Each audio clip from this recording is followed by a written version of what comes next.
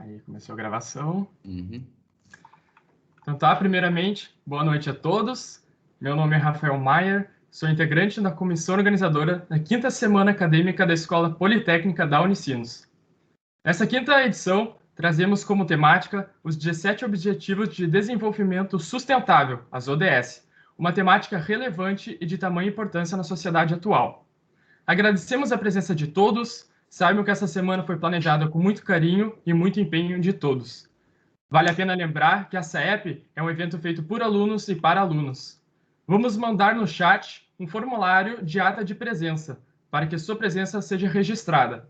O formulário poderá ser preenchido apenas no horário do evento.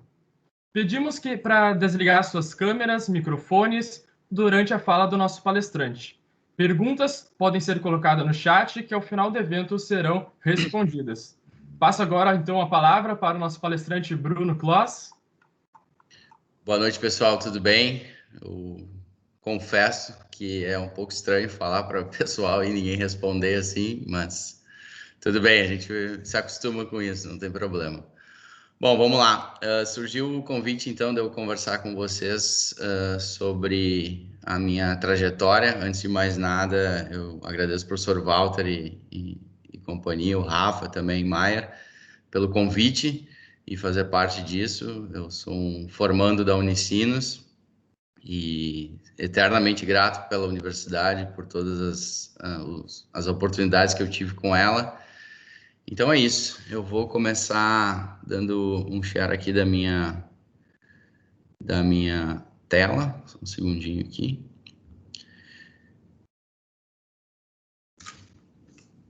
Vocês estão vendo tudo certinho?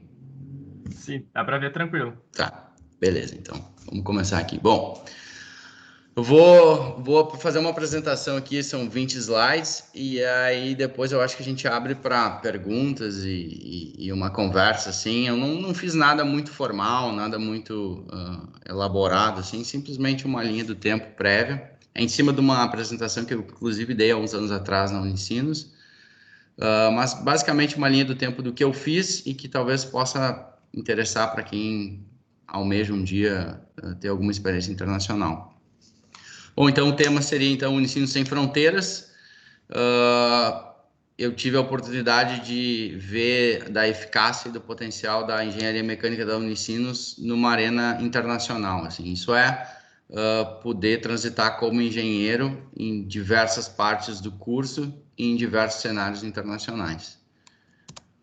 Bom, o que é o meu objetivo com essa apresentação para vocês? Assim, eu acho que são três coisas que eu lembro que eu tinha como aluno e que eu sempre tenho a vontade de falar para vocês, que é o seguinte: primeiro é motivar, porque seja qual for a engenharia que vocês estão fazendo, não vai ser fácil, não vai ser rápido e não vai ser de primeira às vezes, então é uma motivação para vocês continuarem. Eu mesmo passei em alguns pontos do curso por épocas muito desmotivadas, que eu pensei inclusive em desistir, trocar de curso, mas como diz aí muita frase de impacto, desistir não é uma opção. Então, vem um pouco para motivar vocês, espero que motive.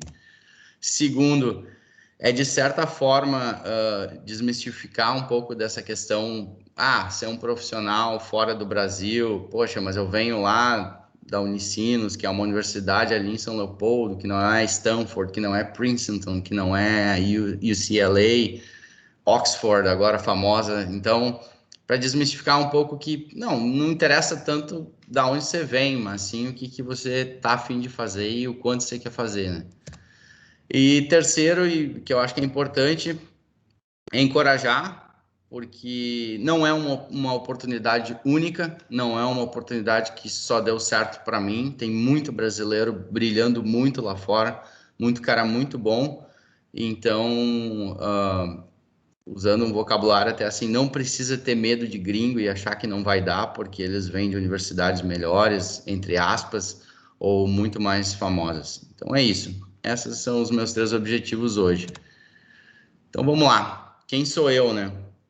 Acho que vocês devem ter visto ali. Meu nome é Bruno Clos. Eu sou brasileiro e recentemente alemão. Sempre soube que eu era alemão, mas fazem 2 anos que a gente passou por um processo de cidadania alemã, não em função da minha experiência lá, mas em função da família ter descendência, a ponto de termos o meu bisavô ter lutado na Segunda Guerra Mundial, claro, do lado alemão, e óbvio, não é algo que eu me orgulhe das atividades que eram feitas, mas sim de que a família tem uma história assim, num capítulo tão importante da história, né? Entre outras, eu tenho 30 anos, comecei na Unicinos em 2008, com 18 anos. Um pouco dessa minha cara envelhecida é da Unicinos e dos desafios que eu tive aí, e o estresse, mas isso faz parte, foi muito legal. E desde muito cedo eu sou um apaixonado por automóvel. Eu acho que quem for da engenharia mecânica aqui, a cada 10, 11, normalmente tem um lado bem automotivo, assim, e que gosta muito. Eu tenho a triste notícia para dizer para vocês que vocês vão ver muito pouco de automóvel na engenharia mecânica, conceitos do que a prática e a mão na massa, mas isso vocês podem resolver entre vocês em casa. E bom, eu me formei em engenheiro mecânico em 2014-2 e eu sobrevivi a esse curso para contar. Ele é exigente, mas muito legal, muito gratificante no final. Eu confesso que a sensação de dever cumprido ao final é algo extremamente recompensador e que por mais que tenha seus percalços e seja todos, né, família, distância, dinheiro envolvido no estudo e tudo mais, é uma oportunidade que vale a pena no final, com certeza. Então vamos lá. Bom, onde começou tudo? Eu acho que talvez eu tive a sorte de, desde muito cedo, saber para que lado mais ou menos eu queria ir. Eu comecei muito cedo brincando de Lego. Na época mal tinha no Brasil, meu pai viajava um pouco e trazia, e eu ganhava no Natal uma coisa ou outra. Então sempre tive essa coisa de brincar, de construir algumas coisas. Fui crescendo e aí eu comecei a destruir algumas coisas para construir outras, desmonta brinquedo para montar alguma outra coisa e não monta mais nada depois. Mas eu sempre tive a curiosidade de entender como é que as coisas funcionavam, por que que isso é assim, por que que não é assado. E sempre foi isso, sempre foi o divertimento, Lego e qualquer outras coisas. Aí com 14 anos, eu venho de uma família que por sorte, né, a gente não escolhe onde nasce, mas uma família que teve uma condição de me prover tudo que eu precisei para estudar. A gente nunca passei muita dificuldade para estudar, sempre tive essa oportunidade muito desenvolvida e muito ao meu dispor.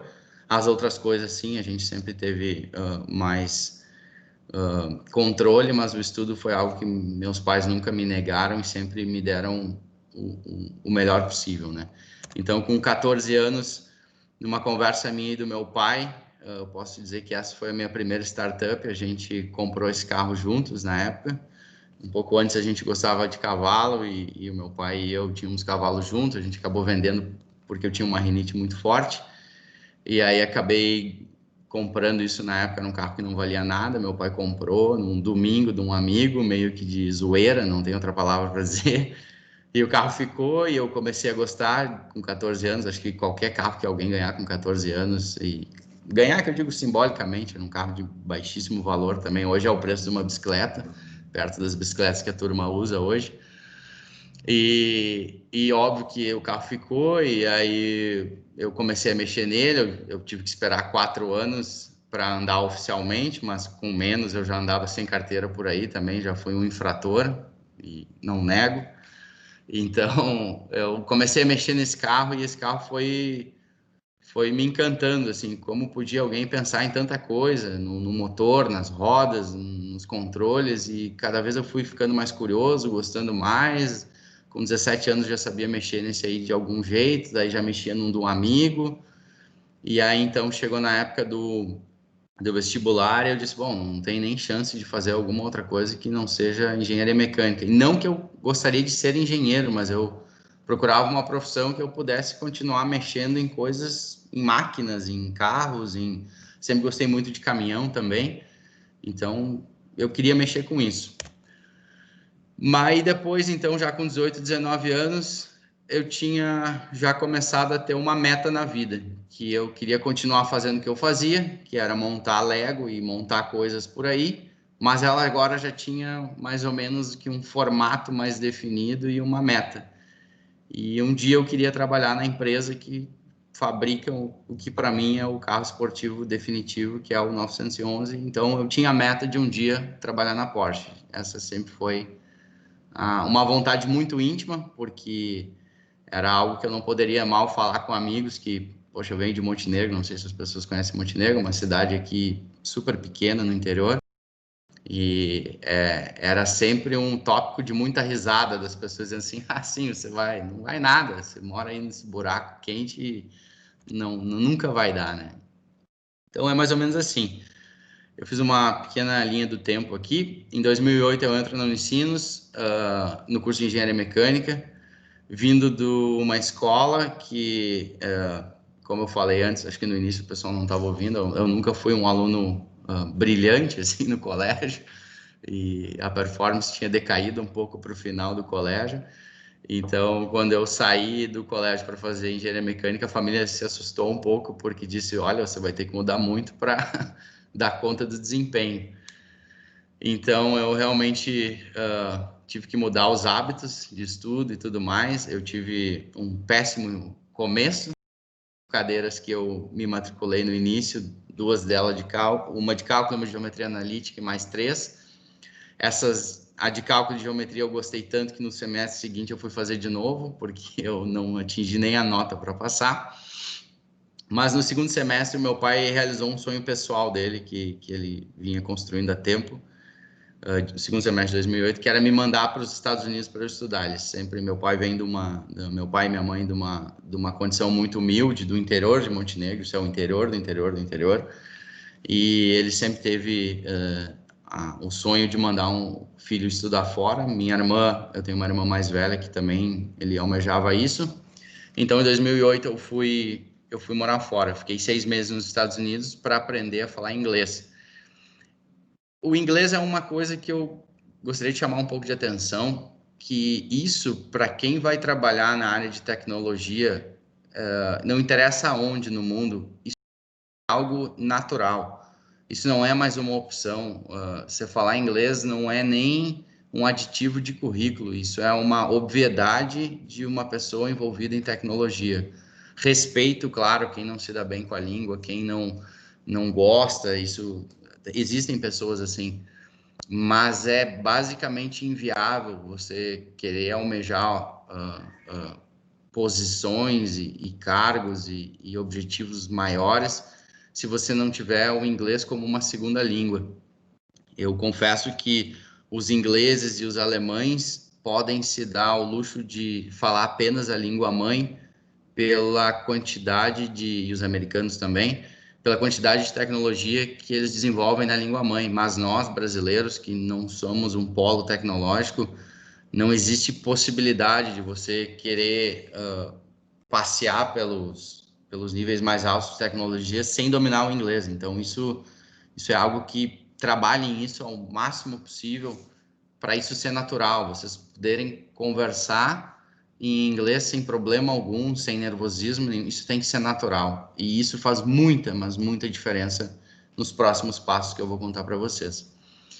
Bom, então eu estudei ali 2008, 1, eu fiz as cadeiras, 2008, 2 eu saí do país, fiquei 6 meses fora, então 2009, 1 e 2 eu estudei no Brasil, na Unicinos, como a maioria de vocês está fazendo.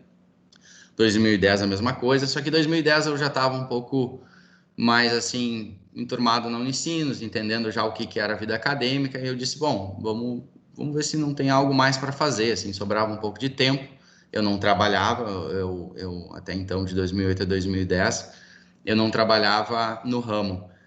Em 2009, quando eu retorno nos Estados Unidos, a minha família tinha um restaurante na cidade, e por eu ter rodado nas disciplinas no primeiro semestre, meu pai disse assim, bom, então, já que tu está com tempo, tu pode trabalhar num restaurante. Eu fui trabalhar de filho do dono, que é uma posição que te garante posição em qualquer outra do restaurante. Então, você vai descascar tomate, vai fazer rancho, vai receber caminhão, vai atender mesa, vai cobrar, vai fazer tudo. Então, Foi uma época legal, um aprendizado legal, porque eu fui entender muito das pessoas e atender alguém num restaurante é algo que parece uma banalidade, mas é curioso, é legal.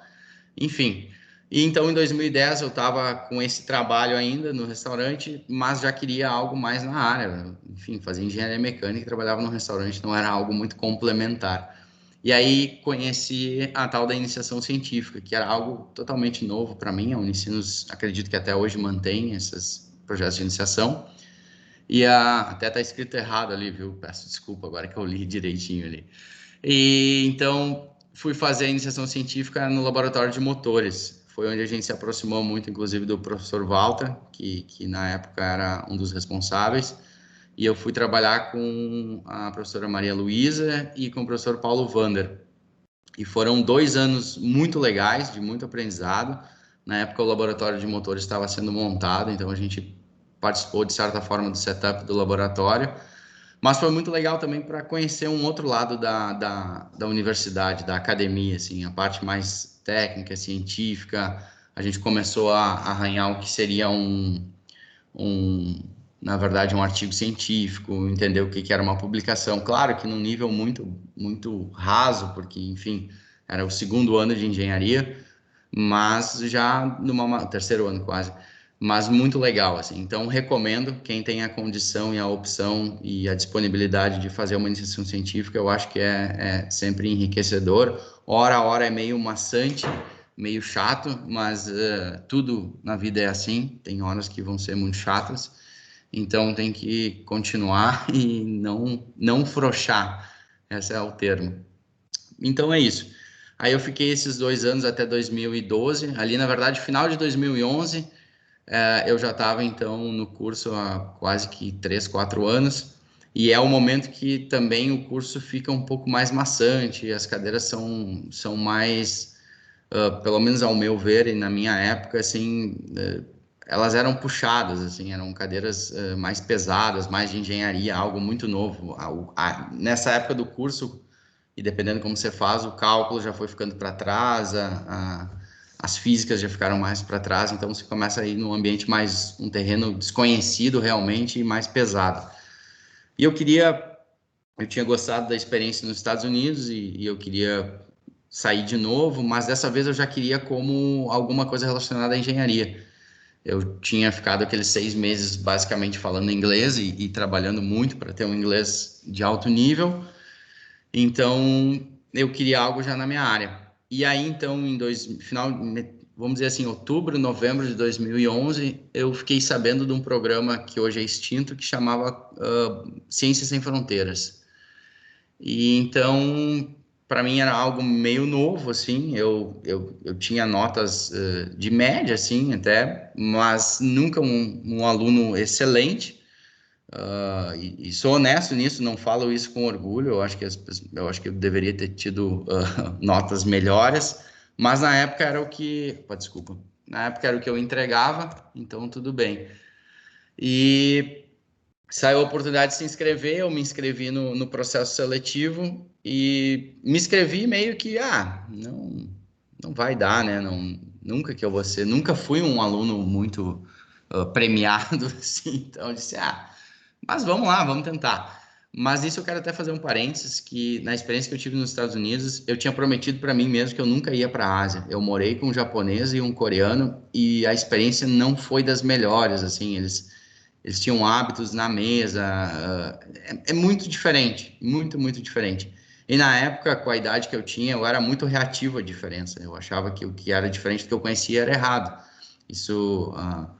o jovem sofre de uma arrogância que hoje eu reconheço, mas eu acho que é inevitável isso. Então eu peço para quem for mais novo, modere isso e repense, porque afasta um pouco às vezes. Mas enfim, e eu volto dos Estados Unidos nem de maneira alguma querendo ir para Japão, Coreia ou China. Eu tinha simplesmente arriscado isso.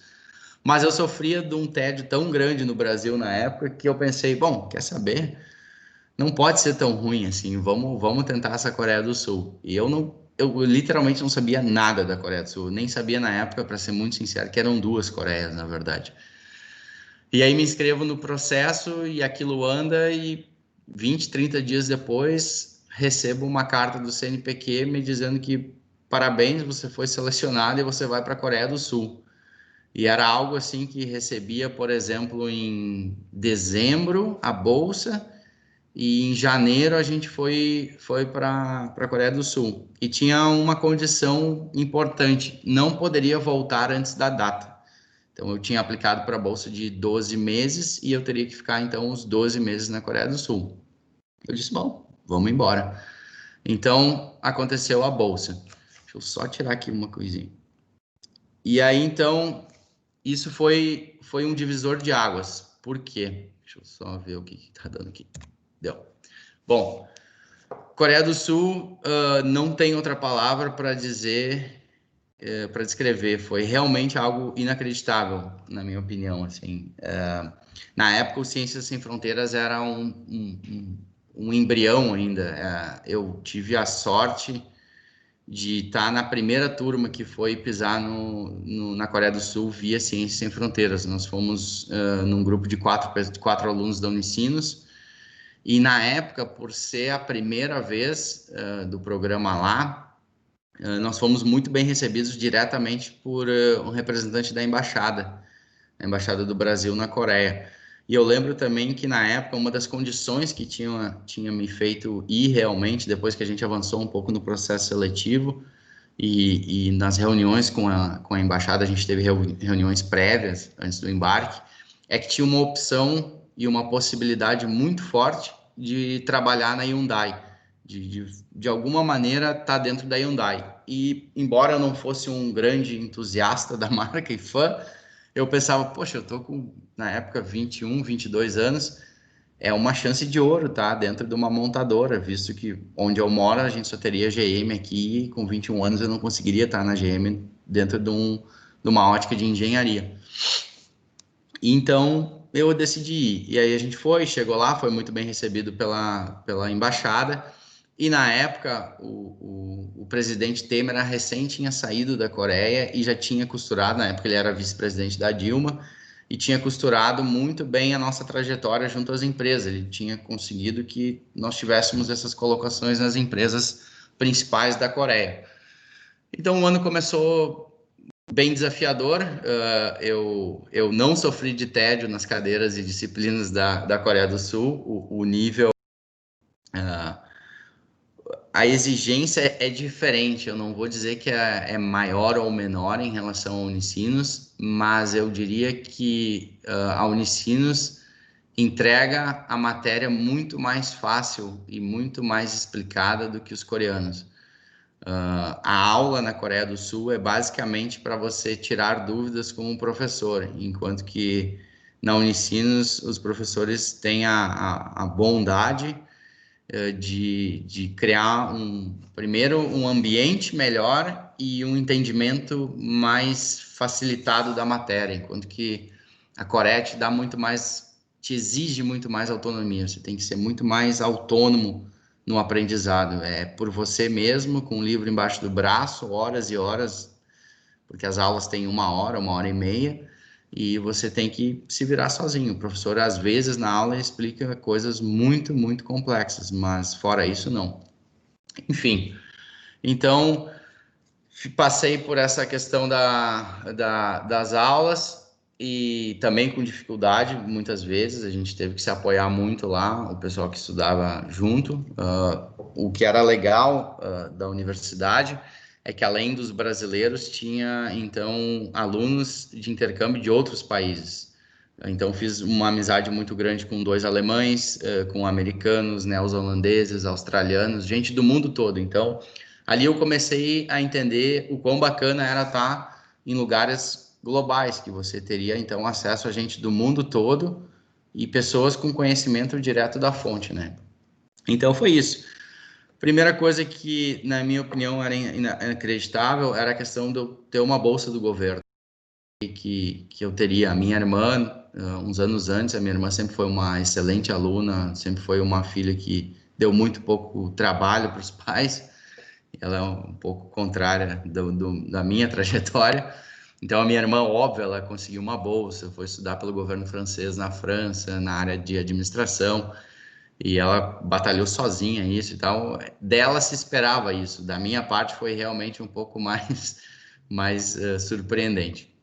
Mas estando na Coreia e estando lá, foi impressionante também o nível da universidade que eu acabei sendo alocado. Eu fui parar no KAIST, que é o Korean Advanced Institute of Technology da Coreia do Sul. É basicamente, seria o equivalente em importância para a Coreia do MIT, nos Estados Unidos. E eu confesso que eu não sabia absolutamente nada disso antes de ir. Eu sabia que era uma boa universidade, mas eu, antes de embarcar para a Coreia, eu lembro de checar o fuso horário, a temperatura e arrumar as malas. Eu não fui muito mais atrás. E eu acho que isso foi bom, porque eu cheguei com muito pouco preconceito das coisas, assim. Eu não sabia o que esperar, então eu fui realmente meio no escuro. 2012 já existia internet, sim, já existia YouTube, mas não é como era hoje. Não existia vlog, não existia canal, hoje tem milhares, na época não tinha muita coisa, então foi meio no escuro e foi muito legal mesmo. Bom, então eu estava estudando, fazendo as disciplinas e um dia numa reunião lá desses alunos internacionais eu conheci dois alemães e eu perguntei o que eles faziam lá. Eles estavam fazendo disciplinas do mestrado e estavam trabalhando num laboratório de motores. Eu disse, opa, laboratório de motores me interessa, porque eu já fazia isso na Unicinos. Conversa vai, conversa vem, consegui uma entrevista na cara dura, fui no laboratório, bati na porta e disse, olha, eu tenho interesse de trabalhar aqui, eu trabalho de graça se precisar. Porque eu já tinha bolsa, já estava sendo pago, sustentado pelo governo, e já estava, essa parte já estava garantida, eu morava dentro da universidade, que talvez vocês imaginem, não é o local mais cheio de opções de entretenimento, então eu disse, bom, eu vou achar alguma coisa para fazer, porque só estudar eu não conseguia, eu sempre fui curioso. E aí consegui, eles me empregaram com a condição, então, que eles não me remunerassem de forma alguma, mas que eu seguisse todas as ordens que eles dessem. Eu disse, não, tudo bem.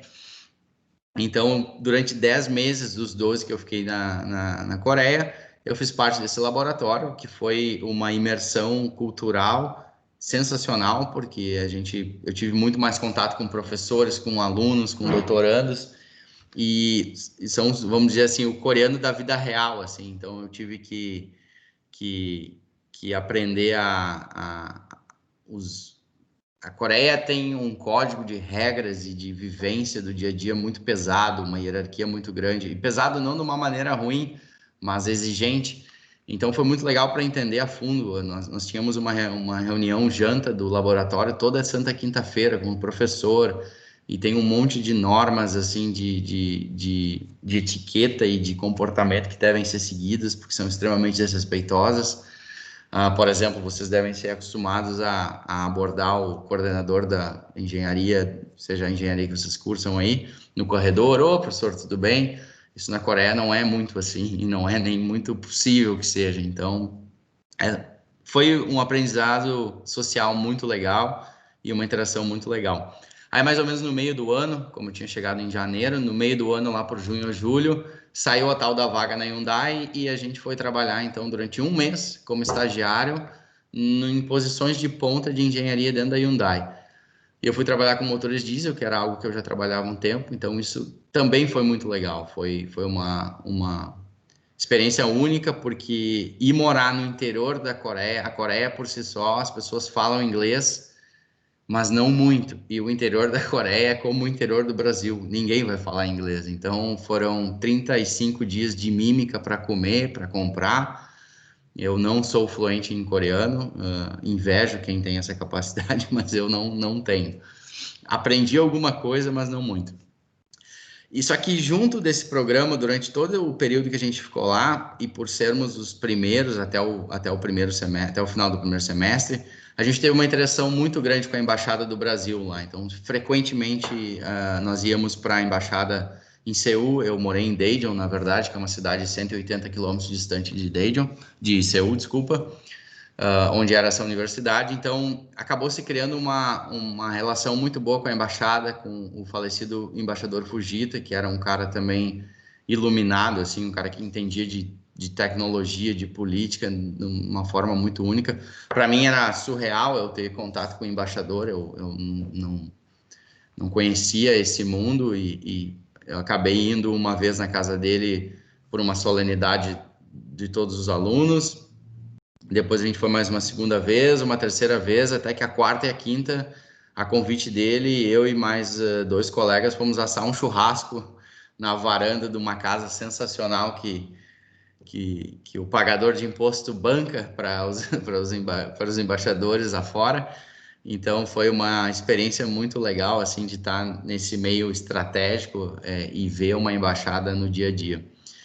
E claro, fora todo o conhecimento técnico e como aluno de engenharia, eu tive a coragem e a audácia de fazer uma cadeira de vibrações na Coreia, para vocês verem o respeito e o, entre aspas, medo que eu tinha do professor Gres, que depois foi um grande professor, um cara excelente e sensacional, mas tamanha era o terror que foi feito dele, que eu acabei fazendo a cadeira de vibrações mecânicas na Coreia.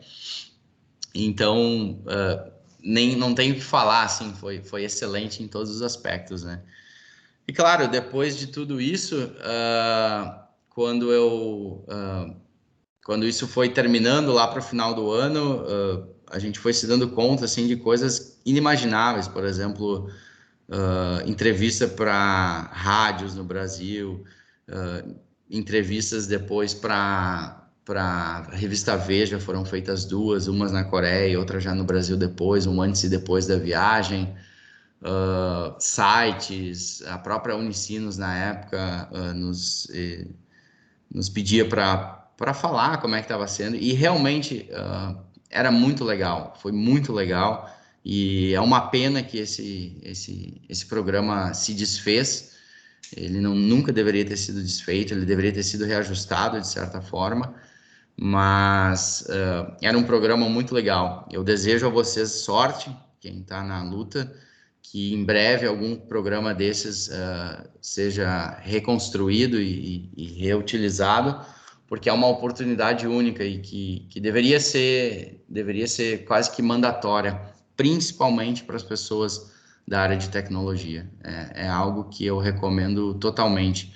E se caso não exista mais e não tenha mais a possibilidade de um Ciência Sem Fronteiras, procurem, se informem, porque existe muito programa ou existiam, na verdade, eu acredito que existam ainda, de graduação sanduíche, que é fazer um pedaço fora e um pedaço no Brasil, né? Eu não tenho, embora eu tenha feito um ano da engenharia lá, eu não tenho o que eles chamam de double degree, eu não tenho isso, eu tenho, meu diploma de engenharia é da Unicinos, então, claro, temos essa passagem lá, mas não configura um double degree.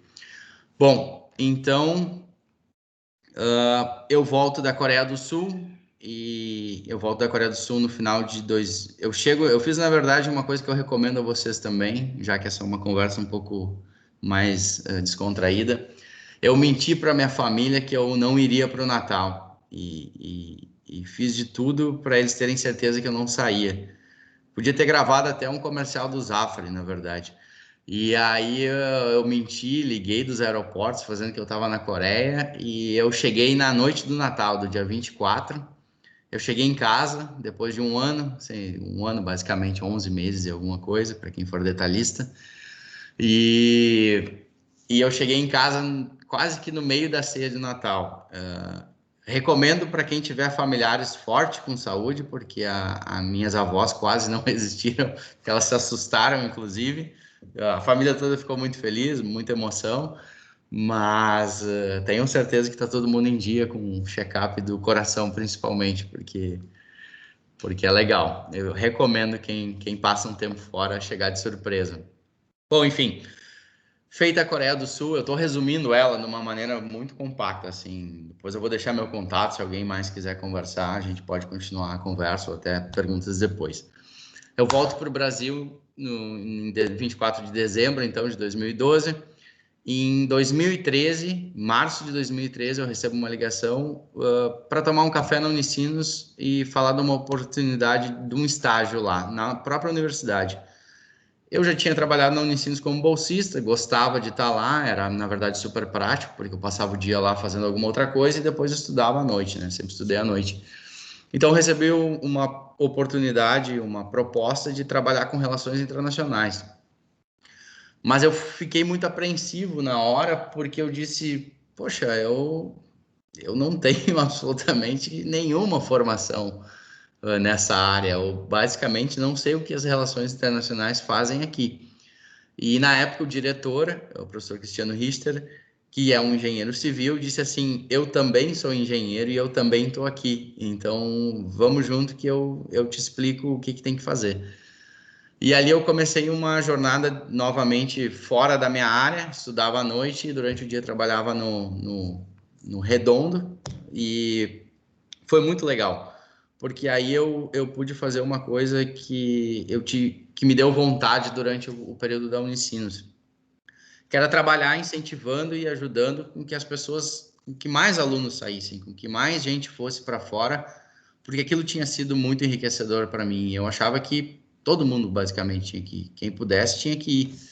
Então eu comecei trabalhando na parte bem operacional das relações internacionais. Na época o Ciências Sem Fronteiras funcionava a todo vapor, então trabalhava na parte burocrática das bolsas, em contatar os alunos, em contactar o CNPq, fazer com que a bolsa fosse entregue, com que ela fosse operacional e tudo mais.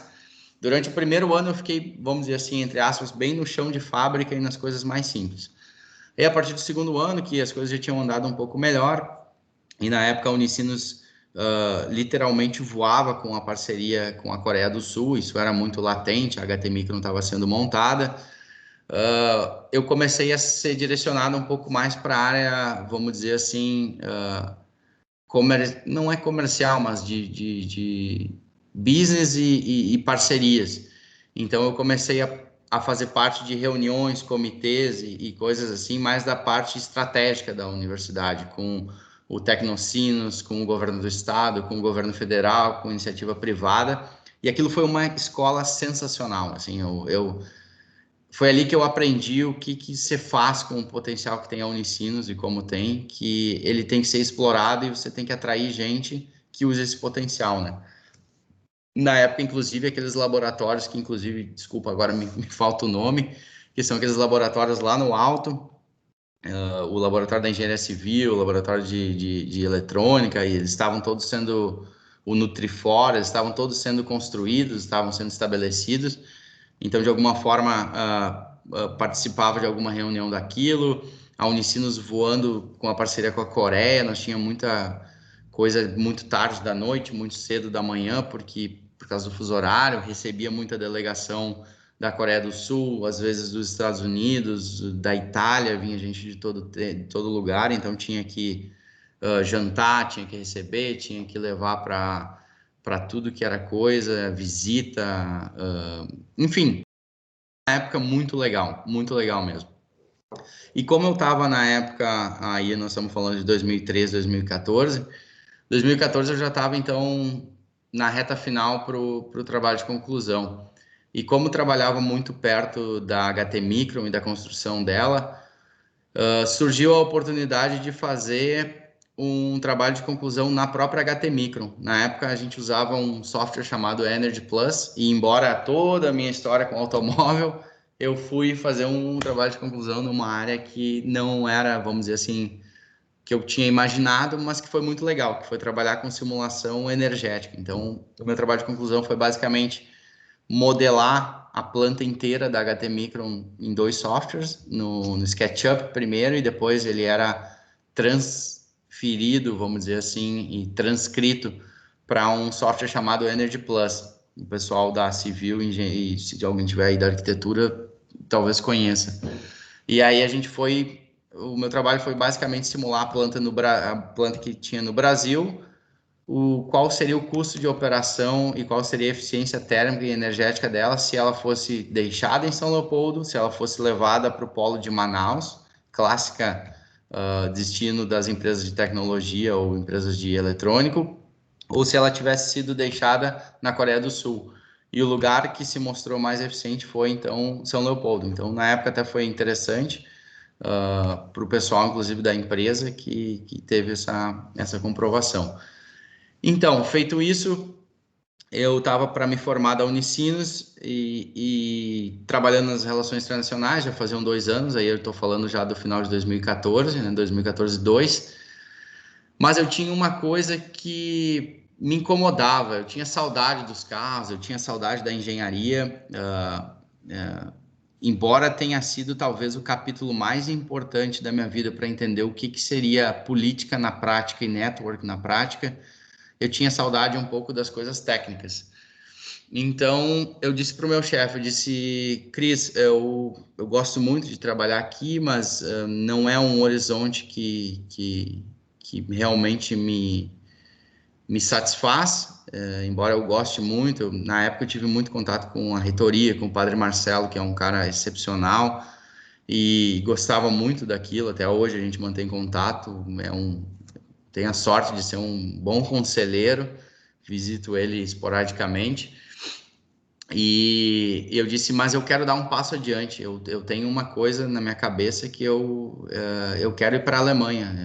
Eu acho que nada pode ser mais revelador e nada pode certificar mais do que ter uma experiência como engenheiro na Alemanha, porque, na minha opinião e na minha visão, a Alemanha é um dos mais altos níveis, o mais alto nível de engenharia mecânica como a gente conhece, de máquina, de eixo, de carro, de coisa assim. E eu falei para ele, olha, eu vou me desligar, eu estou me formando, eu vou me desligar da Unicinos e eu vou dar um jeito de ir para a Alemanha. E ele disse, não, super te encorajo, é um grande amigo que eu tenho até hoje também. E aí eu disse, eu vou embora. Então eu me desliguei da Unicinos e na época eu disse, bom, agora tem que ter um plano para ver como é que eu vou. Aí eu saio da Unicinos e fui trabalhar com o meu pai por um tempo. Meu pai tem uma consultoria financeira e também fui vendo que não era uma coisa que me agradava, assim. Eu mais passava tempo mexendo na rural e em carro dos outros do que realmente no escritório.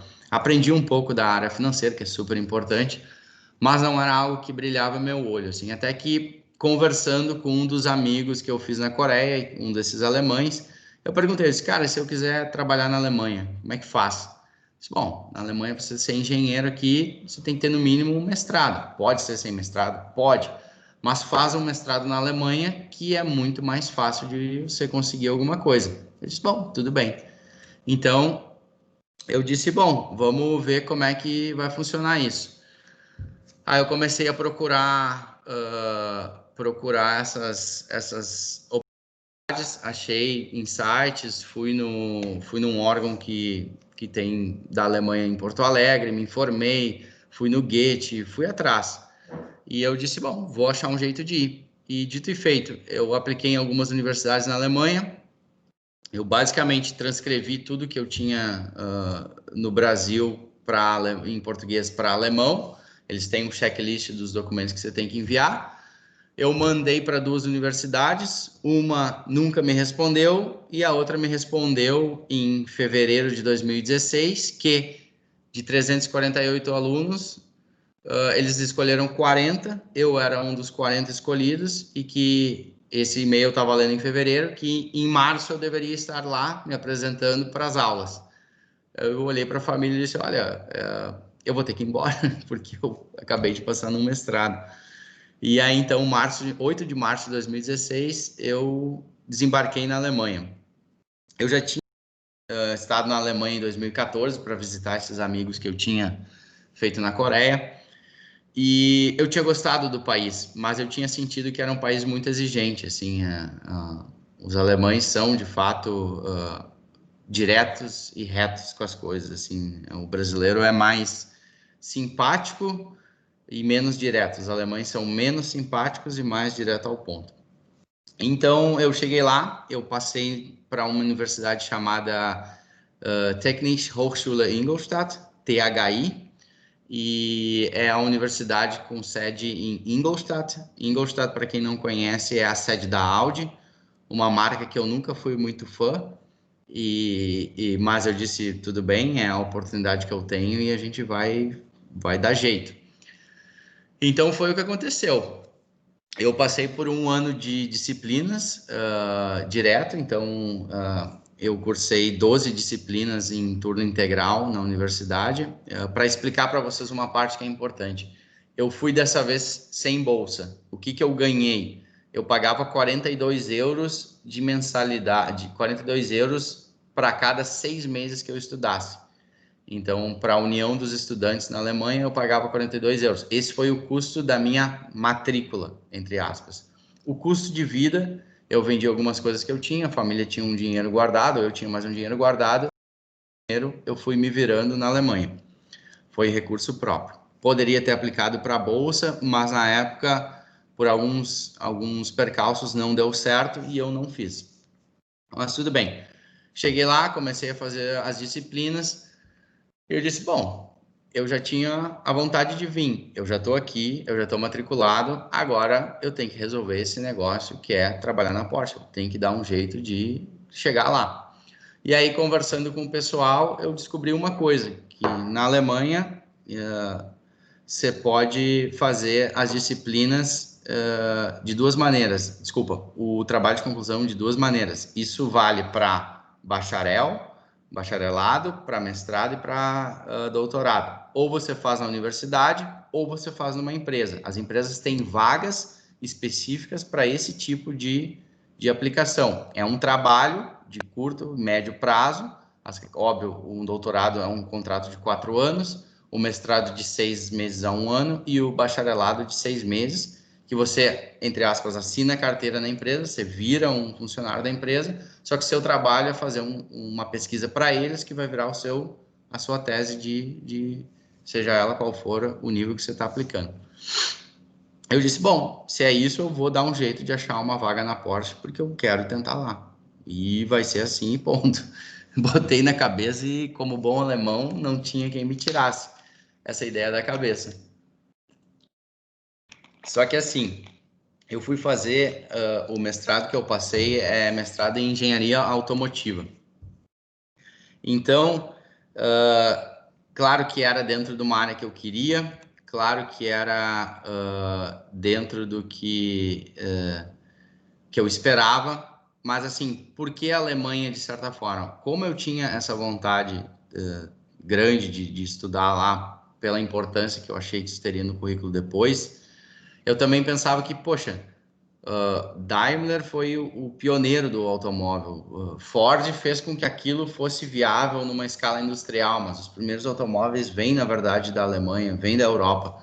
Eles, bom, se os caras inventaram, eles com certeza sabem fazer melhor do que ninguém. Então, essa era a minha ideia. Fui morar também por outra razão, porque eu sou alemão, eu queria entender como é que era. A minha família veio de lá, então basicamente quando eu fui morar na Alemanha, eu voltei para casa, porque toda a minha família é alemã. Então eu disse, bom, vamos ver como é que é isso também. Enfim, era a tradição e no fundo do coração era um sonho que eu tinha de um dia trabalhar na Porsche. Então tá. Cheguei lá, comecei esse mestrado em engenharia automotiva com ênfase em segurança veicular. Então, todos os sistemas de segurança ativo e passivos, seja eles radar, lane assistance system, lane keeping assistance systems, airbags, todos os tipos, cinto de segurança, pirotecnia de segurança, enfim, construção, chassis, carroceria, material, dinâmica veicular, motorização, tudo. É impressionante o nível que eles exigem de conhecimento de um automóvel. Recomendo para todo mundo que gosta que um dia estude lá para entender o quão detalhistas os alemães são com os automóveis. Existem outros países que fazem, sim, experiência no mercado americano, mas da experiência que eu tenho na Alemanha é impressionante o nível do detalhe. Tudo bem. Então, fiz as disciplinas e foi muito exigente para mim, pessoalmente falando. Assim, o mestrado na Alemanha exige uma autonomia que eu não tinha e eu tive que criar em um espaço muito curto de tempo. Eu morava sozinho num apartamento bem pequeno, a moradia na Alemanha é um pouco cara, tinha condição de bancar um super apartamento, então vivia uma vida muito simples, mas bastante dedicado. E então consegui fazer todas as disciplinas e esse um dos meus amigos que eu conheci na Coreia, ele conseguiu fazer o estágio dele na Porsche e ele alemão e depois ele foi fazer o doutorado dele na Porsche, mais ou menos na época que eu comecei o meu mestrado. Então eu disse, bom, agora fechou tudo que eu sempre quis na minha vida. Eu tenho um contato, eu tenho alguém dentro da empresa que pode, pelo menos, me explicar se eu tenho zero de chance, chance negativa ou nenhuma chance. Bom, tudo bem. Um dia, óbvio que me dava bem com ele, a gente se encontrava seguidamente, eu disse assim, cara, você acha que é viável? Ele disse, olha, é viável, vamos achar uma vaga que esteja aberta, uma dessas vagas de mestrado, porque a Porsche e todas as outras montadoras ofertam vagas de mestrado, de doutorado, e o que eu posso conseguir para ti é uma entrevista, que alguém te entreviste. Agora, eu tenho zero influência e poder no resultado da entrevista. Bom, isso me serve. Então, em janeiro de 2017, feitas todas as disciplinas do mestrado, todo o choro e o sangue derramado para passar nessas disciplinas, porque era um nível super alto, eu fui fazer a entrevista na Porsche. E eu confesso que o dia que eu cheguei no centro de desenvolvimento, num lugar chamado Weissach, que é onde todos os carros são desenvolvidos, é um compound onde se tem 6.200 engenheiros, tem perto de 35, 40 quilômetros de pista de teste, 800 células de motores, enfim, é a NASA do automóvel, na verdade. Eu cheguei na frente, desci do ônibus, eu fui de ônibus, e eu tive medo. A primeira reação, eu disse, não, eu vou voltar. Eu vim lá daquele buraco que é Montenegro, eu tô meio fora de mim, isso aqui não é para mim, não tem como isso aqui dar certo. Eu tô dando um passo que eu realmente não vou conseguir. E aí, então, eu disse, não, mas também já tô aqui, já consegui o mais difícil, agora azar. Literalmente, azar. Vamos, com o perdão da palavra, vamos dar-lhe. Então, eu disse, vamos lá. Fui na entrevista e a entrevista na Alemanha, imagina, entrar dentro da Porsche, eu mal tinha andado de Porsche na vida. Então, entrar dentro da fábrica já era algo, dentro da fábrica não, dentro do centro de desenvolvimento, era algo assim inacreditável para mim. Ali eu já era realizado. E a gente senta para conversar, e aí o cara disse assim, bom, como tu sabe, a entrevista de mestrado é técnica. Eu vou te dar o problema que a gente está ofertando, eu já sabia o problema, e ele disse, eu quero saber como é que você vai resolver. Eu disse, não, tudo bem, vamos lá. A tese que eu apliquei, porque a gente aplica para um tipo de tese, era uma tese para desenvolver algoritmo de machine learning para prever o range que um carro elétrico teria. Então, era aplicar um algoritmo que, alimentado com certos dados, ele criaria, então, a autonomia que o carro tem. Ah, mas isso é uma besteira. Não, não é. Porque se tem alguma coisa que alguém, quando está num carro elétrico, tem medo, é ficar sem energia. Porque, diferente de um carro a gasolina, você não carrega ele em poucos minutos. E eu comecei a entrevista, comecei bem, fui fazer a entrevista em inglês, a tese era em inglês, embora eu fale alemão, não na fluência que eu gostaria, mas eu sempre estudei em inglês, isso é importante falar, eu estudei inglês na Alemanha, eu trabalhei em inglês, eu fiz a minha tese em inglês. Então eu comecei a falar sobre como eu abordaria o projeto e tal, e dos 30 minutos da 1h30 que teria a entrevista, dos 30 minutos em diante, eu comecei a dizer, olha, eu não sei fazer isso, não, isso eu não sei, não, isso eu não faço ideia, não, isso eu nunca trabalhei. E eu comecei a pensar, eu disse, bom, coitado desse cara, porque ele vai achar que eu sou, ele tá perdendo o tempo da vida dele, e alemão odeia perder tempo. Depois eu explico por que isso também. Aí, terminou a entrevista e tal, e aí esse amigo, então, porque a entrevista, no fim, era para trabalhar na tese de doutorado desse amigo meu. Aí eles fatiam uma tese de doutorado e cada fatia vira uma tese de mestrado. Mas como a gente se conhecia, o RH da Porsche negou com que ele tivesse algum poder de influência. Ele teve que contar que a gente se conhecia, eu também falei antes da entrevista que eu conhecia ele, então ele não teve influência. Então ele passou um tempo, o cara que me entrevista, que era o chefe dele, liga e diz assim, olha, a gente gostou de ti, vai ser você o escolhido, e eu vou lhe dizer o motivo, porque você foi o único que não mentiu para nós. Todas as perguntas que a gente fez lá, não tem como alguém que está saindo das disciplinas do mestrado responder. Todas as outras pessoas que nós entrevistamos, elas mentiram que elas sabiam e elas falaram merda para a gente durante 1 hora. Você acabou a entrevista em basicamente 50 minutos, mas foi sucinto, direto e reto. Então, a gente gosta do teu approach. Então, você vai fazer a tese. Eu confesso que era inacreditável. Eu disse, não, isso não pode, isso tem que ser um trote. E aí eu ligo para o meu amigo e aí a gente se encontra em Stuttgart ainda. Eu morava em Ingolstadt, mas a entrevista eu tinha retornado a Stuttgart. E ele disse, cara, eu também achei que não ia dar, mas o cara gostou e vai ser. Disse, bom, então agora eu estou feito na vida, né? Então, em janeiro eu volto para o Brasil, volto muito cansado, muito estressado, porque o caminho não tinha sido fácil, um familiar enfrentava uma doença, eu tinha uma namorada no Brasil que, como vocês podem imaginar, tinha desandado tudo, então eu também vinha com esse peso, muito tempo sozinho. Era uma carga emocional grande também. Isso é uma coisa que parece bobagem, mas tem que ser falada. Vocês vão ter que ter cerne e força para passar por essas experiências, porque se faz isso muito sozinho, tem que ter uma certa autonomia. E eu achava que eu tinha, mas eu não tinha nesse nível.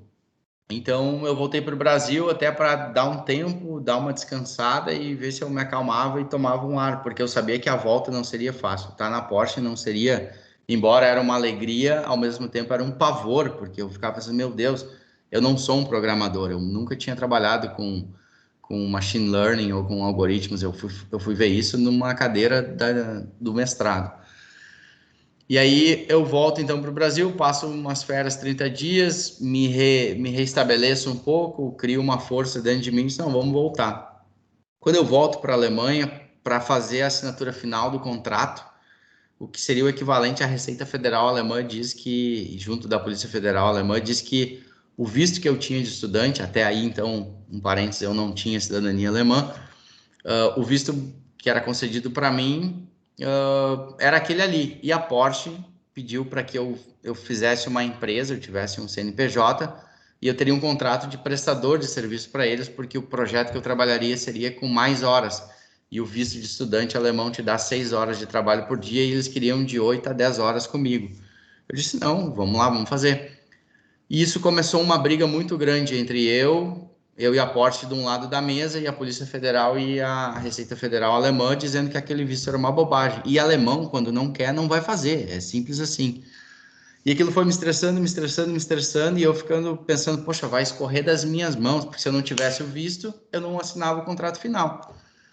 E aí aquilo foi me estressando até que um dia, isso em 2017, em abril de 2017, eu acordo de manhã com muita dor no meio do peito. Eu estava fazendo a carteira de motorista alemã há uns dias antes, e a dor que eu sentia, tinham explicado na aula médica, que eu disse, bom, eu vou infartar. Eu disse, faz sentido, porque eu sempre fui um cara meio bravo, assim, eu disse, eu ficava muito bravo quando o meu visto dava errado. Eu tinha reunião semanal e aquilo dava errado o tempo todo. Eu disse, poxa, eu vim até aqui, eu tô com a faca e o queijo na mão e os caras não me deixam chegar lá. Eu não era nem bravo, eu era furioso, na verdade. E eu guardava aquilo muito para mim, porque eu também não podia reinar com ninguém. Até que um dia eu acordo com essa dor no peito, e aquilo foi doendo durante o dia, eu fui ficando sem ar, até que 9 da noite eu tomo 2 Tilenol, tento dormir, ligo para um amigo meu, que é médico, na verdade, eu sou o mecânico dos carros deles e ele é o meu mecânico.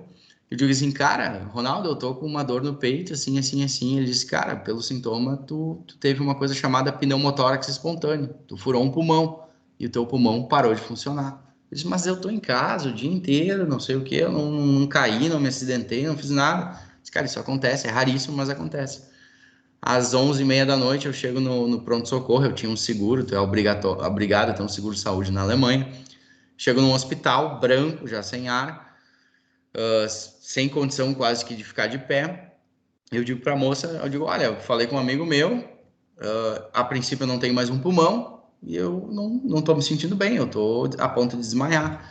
Eles me botam na primeira maca, fazem um ultrassom, aquele de grávida, assim, para ver neném, eu não sei o nome, desculpa o pessoal da saúde, eu não entendo. E aí me passa o gel e o cara diz assim, realmente, o teu pulmão esquerdo faleceu, furou a tua pleura e todo o ar que tu respira está dentro do teu tórax, teu tórax está expandindo, tu está entrando num processo de ataque cardíaco e tu tá a ponto de falecimento. E eu disse, legal, então tá. Aí eles me sedam na hora já com morfina, porque a dor é imensa, eu já chorava de dor, e dizem, liga para tua casa, avisa que teu caso é muito grave e tu vai ser operado agora, 1 da manhã, para tentar reverter a situação. Eu disse, bom, tudo bem. Não sei se alguém já teve experiência com morfina legalmente, eu só tive legalmente, foi essa. E você relaxa de uma maneira assim que não tem mais problema na sua vida. Então eu liguei para casa com toda a paz que a morfina oferece e disse: vou passar por uma cirurgia aqui, tá tudo bem, tá tudo certo, daqui a pouco eu tô de volta. Só que a médica me olhava com uma cara assim: esse cara tá dando adeus, né? Uma tranquilidade dele dar adeus. Bom, não preciso falar que os meus pais entraram em choque. Minha mãe não falou mais nada, o meu pai não falou mais nada. E é a pior ligação que eu já fiz na minha vida. Embora a morfina, eu lembro do silêncio no telefone e deles chorando. E ali foi a primeira vez que eu comecei a pensar assim, quanto valia toda essa dedicação, toda essa estresse, porque vocês não pensem que eu não tive que deixar de fazer muita coisa para estar na Alemanha, para estar na Coreia, para estar nesses lugares. Você vai abrindo mão, a vida é feita de escolhas, e muita escolha foi acontecendo. Muita coisa eu não tinha visto. Um exemplo, quando eu fui morar na Alemanha, minha sobrinha tinha nascido, eu não vi ela crescer, eu vinha... Ela foi me conhecer quando ela tinha 2 anos, literalmente, porque até então eu não via, e eu sou muito apegado na minha irmã, era algo que eu não via. E eu nem sabia que eu era tão emotivo, eu até então sempre fui um alemão, e todo alemão, Deus o livre, tem emoção. E aí eu passei 5 dias na CTI, me recuperei, não sou um holograma, eu tô aqui realmente, não morri, não foi dessa vez. E aí eu saí já mudado dali. Eu disse, a vida vai ter que ser diferente daqui para frente, porque eu descobri da pior maneira que o corpo se destrói se vocês não se cuidarem. Se você levar tudo muito a sério, se você se estressar demais, o corpo literalmente ele vai se destruir, ele vai se desligar. E eu era algo inimaginável para mim. Enfim, passando essa parte toda, assinam um contrato na semana seguinte, me concedem o tal do visto, porque, óbvio, eu fui munido, inclusive, dos documentos do hospital, dizendo, olha, eu quase morri, quem sabe agora vocês se sensibilizam. E aí deu tudo certo, fui trabalhar na Porsche. Então, foi uma experiência, não preciso nem dizer, né? Eu sempre quis andar num carro, ver o meu... A gente ganha um salário de estagiário, óbvio, mas olhar o meu extrato do banco da conta na Alemanha e ver que a empresa que eu sempre sonhei em dar meu dinheiro para comprar um produto estava me pagando, foi uma das sensações mais legais também. E ter acesso aos carros, aos engenheiros, às pessoas, por eu ser um entusiasta da marca, conhecia alguns figurões assim que explicam dos carros e tudo mais. Foi um sonho realmente realizado. Dito isso, fiz a pesquisa do mestrado, fiz a tese, e aí então dei à luz a essa coisa aqui. Essa era a capa do meu mestrado. Eu fui trabalhar com carros elétricos, nunca foi minha praia, eu sempre gostei de carro antigo, gostei de carro com muito barulho, com muita potência, e eu fui trabalhar com algo totalmente silencioso, mas na época foi sensacional, porque era um carro novo, ele ia ser lançado, então eu participei da gestação de um carro nunca visto, andei no carro muito antes que o repórter soubesse que o carro existia, a gente andava num carro que era desfigurado para ninguém saber que carro era. O carro que eu usei no mestrado para fazer testes que emulava esse carro, na verdade era um Panamera, então eu tinha um Panamera meu, entre aspas, à disposição. Então foi realmente um sonho assim, muito além. Então, óbvio, eu não falo muito da tese porque para os próximos 5 anos eu não posso falar sobre isso, mas foi muito legal. Eu basicamente estudei qual foi o algoritmo dos algoritmos que a Porsche oferecia, qual deles que era realmente o mais interessante, né?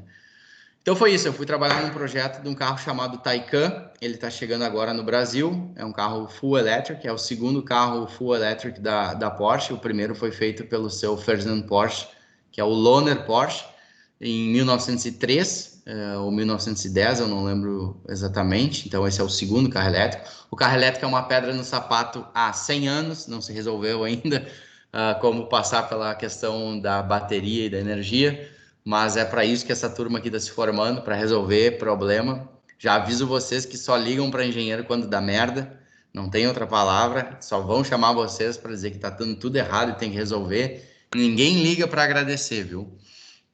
Então é isso. Fiz isso, fiz a tese, passei um ano junto da Porsche, e aí eu fui terminar de escrever a tese e apresentei a tese. Então eu tinha trabalhado basicamente com tudo isso aqui.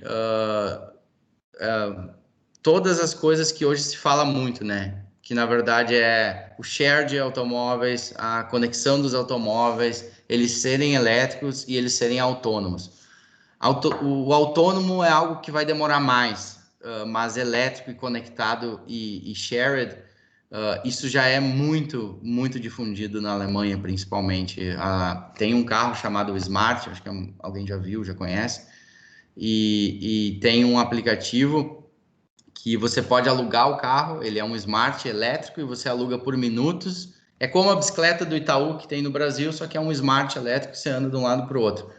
Então, isso é o que basicamente é a realidade hoje mais próxima do futuro a longo prazo da indústria, que é você não mais ter um carro, ele não mais ter um barulho estranho, né, que para muitos hoje nem é tão legal, e você não ser dono e você usar o celular basicamente para chamar seu carro e ele levar para onde você quiser.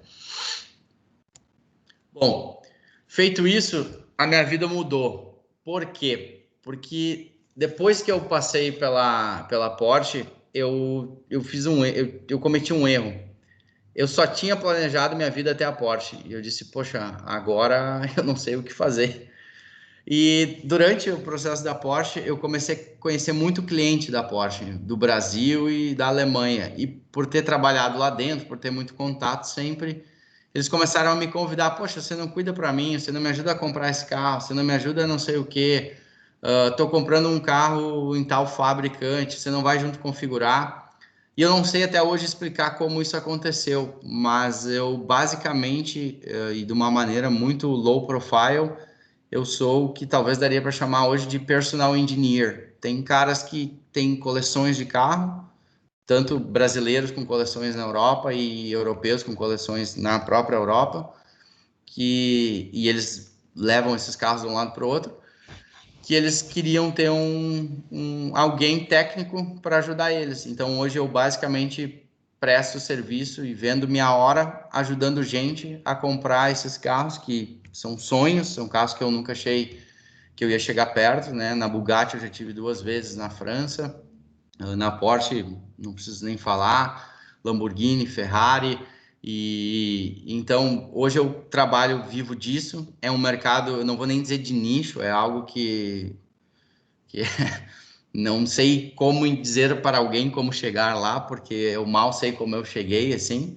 mas foi em função da Porsche e foi a realização do que eu sempre sonhei, que era ter o carimbo de uma empresa alemã, de uma empresa de alto nível, e eu nunca precisei justificar a minha educação e minha formação profissional. Então é isso. Hoje eu basicamente assumo os problemas que esses caras não têm tempo para assumir, que é compra, venda, manutenção, transporte. Eu trabalho com restauração também desse tipo de carro, então eu resolvo o problema desse pessoal. É basicamente isso. Agora que eu vi aqui o tempo, que eu me alonguei um pouquinho, desculpa. Mas é isso, pessoal. Para não me alongar mais ainda, foi isso que eu fiz. E por que eu estou no Brasil hoje? Porque, muito simples, é um dos países, se não o país mais legal que eu já morei na vida. Eu acho que se a gente desenvolver o capital humano aqui, a gente vira o melhor país do mundo, porque não tem nada que atrase isso, senão as pessoas que estão hoje no nosso país, e isso serve para mim, para ti, para todos aqui, e para os políticos. Isso não é, a gente não terceiriza essa culpa é nossa. E para dizer que no meio do caminho eu conheci muito brasileiro, por exemplo, o chefe de carro autônomo da Audi é um brasileiro de Santa Catarina que está há 15 anos nesse negócio. O presidente da Continental, que é Continental ECUs e Electronics, é um brasileiro, também de 30 e poucos anos já de Alemanha. O Adriano Morosini, que é um grande amigo meu, está no projeto da KN desde o início. Você cansa de ver brasileiro em lugar de ponta, e se você acha que não, você tem que se lembrar de Ayrton Senna, Tom Jobim. Brasileiro é um ser humano fantástico, fantástico, e eu acho que eu não calo para nenhum gringo, eu respeito, eu entendo, mas eu não acho que a gente perde em nada. Então é isso, pessoal. Eu vou abrir, acho que agora, para perguntas, para a gente ter no mínimo uma meia hora aí. Se vocês quiserem continuar depois do horário, para mim também não tem problema. Mas é isso. Resumidamente, embora longo, é isso que eu fiz e é isso que eu faço. Muito obrigado, Gil. Que é isso, cara. Sensacional da trajetória. Tenho certeza que todo mundo conseguiu adquirir muita experiência, muito conhecimento, aprendizado. Então, agora a gente vai abrir para perguntas. Podem mandar no chat, ou se levantar a mão, a gente pode fazer uma interação, que daí vocês podem ligar a câmera e fazer a pergunta, daí a gente chama um por vez, ou pode mandar no chat que a gente mesmo pode acabar lendo. Bom, então eu acho que por enquanto não tem nenhuma pergunta. Eu vou fazer uma particular, porque acredito que como 50% das pessoas que vão pedir mecânica é porque gostam de carro, como eu. Essa parte de todo o planejamento que tu fez, que tu passou, tu acha que se eu, sem conseguir nenhum tipo de bolsa, o que eles procuram numa pessoa lá na Porsche? Tu comentou sobre uma pessoa ser sincera, né? Não mentir para eles. Mas qual que é o perfil exatamente assim que tu acha que eles mais procuram para nós que somos brasileiros conseguir chegar até lá? Eu acho que primeira coisa, isso são bobagens, mas que vão fazer muita diferença. Primeira coisa, você tem que ter disciplina. E a disciplina começa no horário, você tem que ter organização, você tem que conseguir apresentar as coisas de uma maneira clara, lógica, e ser sempre muito direto. Se você quiser ter algum sucesso na Alemanha, você tem que ser sempre direto. Não é rodeio, não é nada. Você tem que simplesmente ir reto e direto ao ponto. Seu objetivo. Sempre. Objetividade. Mas levem para a vida, isso também ajuda na vida. Com certeza. Temos uma pergunta do Marcelo Gotardo. Ele fala assim, ó, sobre as disciplinas cursadas fora do Brasil. Elas são lecionadas na língua local ou em inglês? As que eu fiz são todas em inglês, mas na época tinha a opção de fazer em alemão na Alemanha e tinha a opção de fazer coreano na Coreia, mas eu não tive essa audácia, vamos chamar assim, né? Sim. Uma coisa que eu também fiquei assim pensando, quando tu estava aqui pelo Brasil, querendo fazer esse contato com lá, tu planejou um currículo específico em inglês, alguma metodologia? Porque a gente tem muito costume de deixar os currículos tudo em português e vendo o que acontece, né? Mas tem que fazer essa busca por tentar botar na língua nativa ou tu deixou em inglês assim mesmo? Na verdade, o ideal seria mandar tudo em alemão, né? Os alemães... Gostam da língua. Isso sim. Mas... seja inglês e seja sucinto. Tem que ser numa língua que alguém entenda. E tem que ser direto, sabe?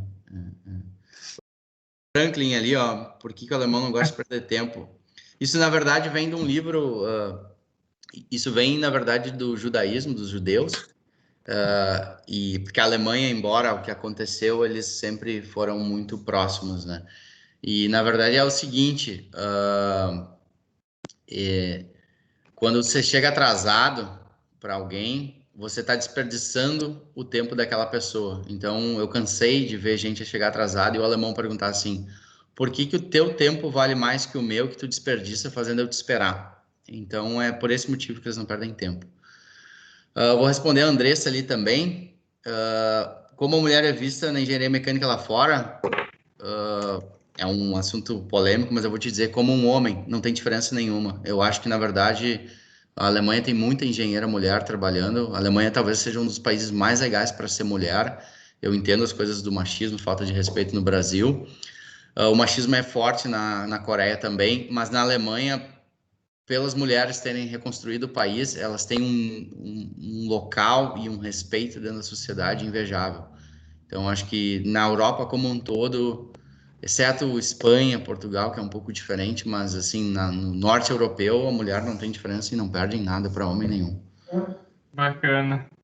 A gente tem até a professora Tatiana, que está aqui olhando agora a nossa Isso, ela me apresentação. corrigiu ali, agradeço a correção. A professora, ela é bem envolvida na parte da Alemanha, ela morou lá, tem um Uhum, programa o S7 que é bem interessante, que é o Unicinos mesmo é vinculado, que tu uhum. consegue se inscrever e fazer um Legal, processo lá legal. de 6 meses. É bem interessante isso aí para o pessoal ficar ligado. A professora Tatiana manja. Se É ela isso aí. quiser também comentar alguma coisa aqui, não sei se ela está por aí. Eu vou responder ali também o Carlos, que pergunta de algum preconceito. O preconceito vai existir em qualquer lugar do mundo, né? Eles sempre vão dar preferência. Se você for para a Coreia, eles vão querer que tudo seja feito por um coreano. Eu acho que o Brasil é um dos poucos países que prefere muito um gringo fazendo alguma coisa, porque a gente não tem muito a confiança no próprio brasileiro. Mas, por exemplo, na Alemanha eles vão dar preferência por você ter cara de alemão, nome de alemão e falar muito alemão, né? Para eles é mais fácil, é mais confortável, né? Com Não quer certeza. dizer que as pessoas que não preencham esses quesitos não vão ter sucesso. Tem muito brasileiro que não tem cara nem cor de alemão e vai bem igual. Isso não é isso. A Alemanha vai sempre lhe medir muito mais pela capacidade do que pela qualquer outra coisa. Se você entrega, você está bem. Isso, na real, deveria ser mundial, né? Né? Ô Bruno, oi. Oi. Ah, Pode falar. uma pergunta. Qual que foi, assim, a grande diferença que tu notou, ou que tu talvez tenha notado conversando com, sei lá, colegas teus que trabalham aqui e tu que trabalhou lá fora? Qual que é a grande diferença de pensamento que tu vê? Por exemplo, esse lugar consegue dar certo porque tem um pensamento assim, e isso é diferente. No Brasil as pessoas poderiam fazer diferente. Senso de responsabilidade. É isso. As pessoas são responsáveis porque elas assinam embaixo tudo que elas fazem. E por elas assinarem embaixo, elas garantem que o que elas estão fazendo funciona. E não vai ninguém precisar remendar ou parar ou para refazer. O que está feito, está muito bem feito e ponto final. Você não volta para trás. Se voltar para trás, não tem outro jeito de falar, dá um merdão. Não pode errar. Tem que fazer bem e faz uma vez. E para fazer bem, fazer só uma vez, você planeja muito, você pensa muito. O alemão divide o ano por 52 semanas. Eles olham o calendário em 52 semanas. Não interessa se é a semana não sei. Não é quinta-feira que vem, é a semana tal, tal dia isso tem que estar pronto. Semana tal, tal dia tem que estar pronto. Então, objetividade e se garantir que o que você está fazendo é o melhor. E responsabilidade, isso se traduz em responsabilidade. Você entrega o melhor, você é responsável pelo que faz. A gente tem que parar com essa coisa de mas é que hoje choveu, não deu. Interessa, lá neva. Mas não tem culpado. Se é o culpado, se é o responsável, se vira e resolve. Ponto. É grosso? É. E é assim. E eles estão lá por causa disso. E a Ásia é igual. Ó, temos mais uma pergunta do Saulo. Ele fala assim, ó. Boa noite, Bruno. Eu Muito posso. boa sua apresentação. Gostaria de saber quais dicas você poderia dar em relação à Alemanha, cultura, a universidades e etc. Irei participar em um estágio em uma universidade pelo S7, que é o programa da professora Tatiana, que ela coordena. Próximo semestre em Munique. Ele queria alguma dica desse geral de como é ir para lá. Eu vou dar uma dica que um professor meu mais velho do mestrado me deu na primeira semana. Eu não bebia até então, né? Eu nunca bebi, não bebia álcool. Daí ele chegou para mim e perguntou assim, bem sério: Tu bebe? Eu disse: Não, não bebo. Ele disse: Tu fala alemão? Falo mais ou menos, professor. Ele disse: Então tu começa um dos dois agora, porque sem um deles tu não vai chegar a lugar nenhum aqui. E eu tô aprendendo alemão até hoje, bebida agora tá dominada, mas assim, se familiarize com o alemão o mais cedo possível. As portas se abrem mais fáceis se você falar alemão. Eu tenho, de certa forma, um arrependimento, não vou dizer um arrependimento, mas eu deveria ter focado mais na língua no início. Mas aquilo era tão louco para mim que eu não consegui. E como as disciplinas eram em inglês e num alto nível, também precisava do inglês. Mas assim, para quem está indo, se tiver uma rotina mais relaxada e a oportunidade de estudar e falar muito, vai e falha, vai falhar muito. O alemão é muito difícil, mas falha logo para ir aprendendo logo. Esquece orgulho, mas esquece, só fala, vai embora. Alemão dói tanto que fica tatuado na cabeça, não sai nunca mais. É uma cicatriz, não é um aprendizado. Não é fácil. O problema, Bruno, do alemão, aqui é a Proftat falando, é que tu nunca vai saber se é masculino, feminino ou neutro. Tu aprende todas as declinações, tudo, mas nunca vai saber. E então eles não sabem. Eles não, também eles sabem. Se perguntar para o alemão, eles dois vão dar duas respostas diferentes. Então, relaxa. Se você falar 80% vai embora já. E depois do tempo é melhor falar em alemão, porque o sotaque deles em inglês às vezes é tão grande que é melhor falar em alemão. E não, só queria parabenizar o Bruno, assim, ó, excelente, né? Digamos, a trajetória, e acho que é isso que a gente fala sempre para os alunos, né? Corre atrás, cara, corre atrás, vai atrás. No meu tempo, olha a idade da pessoa, né? A gente se candidatava por carta, né? Me lembro quando eu também investei que eu ia fazer doutorado na Alemanha e eu mandei 22 cartas de apresentação e tive 21 aceites, tá? Então, tipo... E eles te dizem mesmo, é assim, assim, assado, né, pronto. E o Rafael sabe, o Rafael participou ano passado de um dos eventos, a gente vai ter de novo agora em novembro, que a gente está chamando de Moving the Cities, né? É muito bacana, recomendo. Sim, Rafael participou no presencial, né? A gente era mais ou menos umas 50 pessoas, esse ano a gente vai para 100 a 120 participantes, Que legal. né? E aumentou também. E é uma forma de tu criar, né, a rede, assim como o Bruno comentou, podendo, faça isso, né?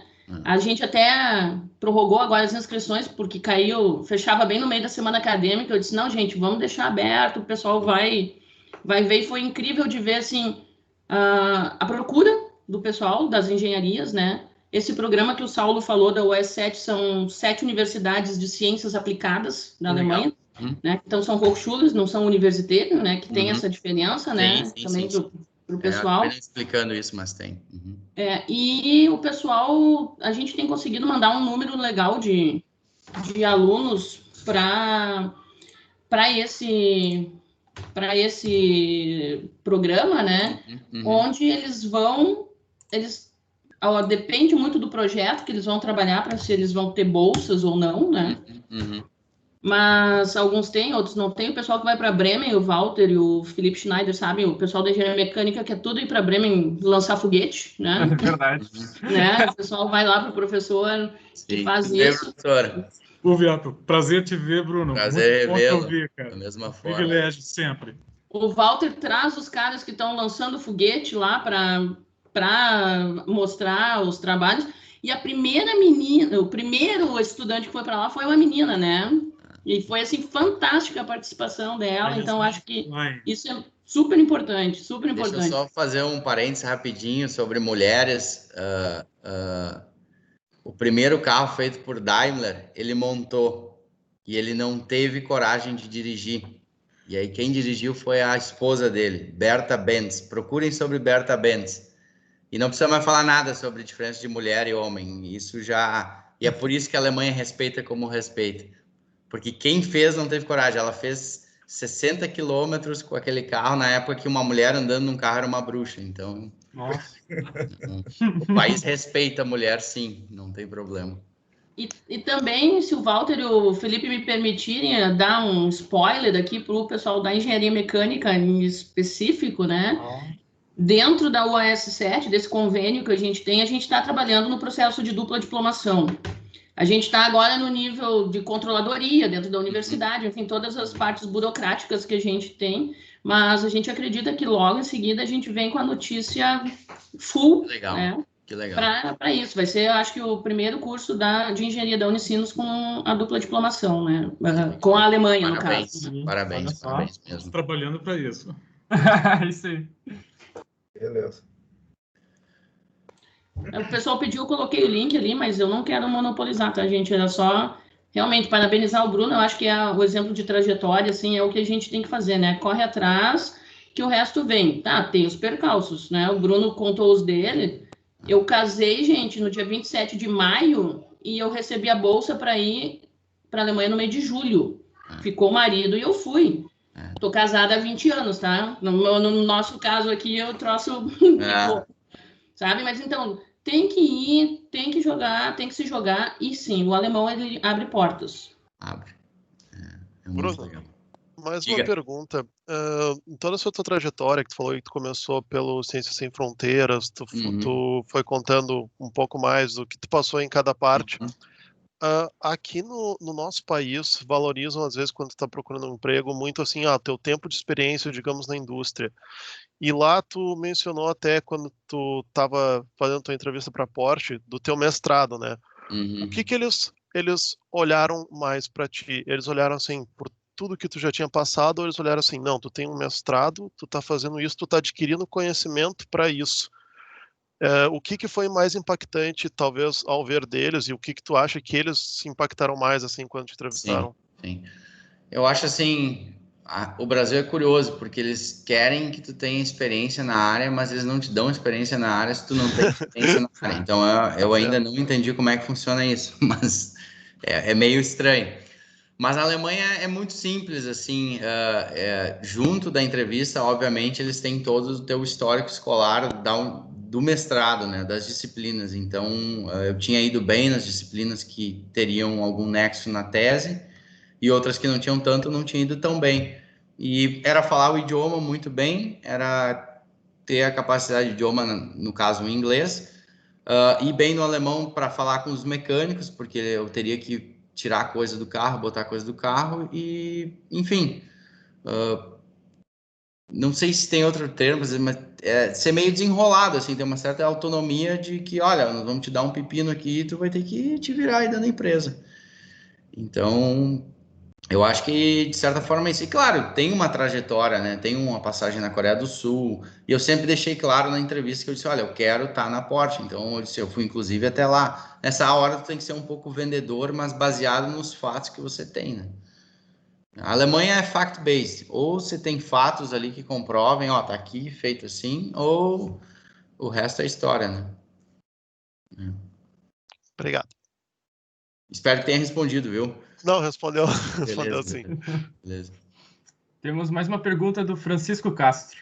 Ele pergunta se tu conhece algum método para aprender inglês. Falar o tempo todo.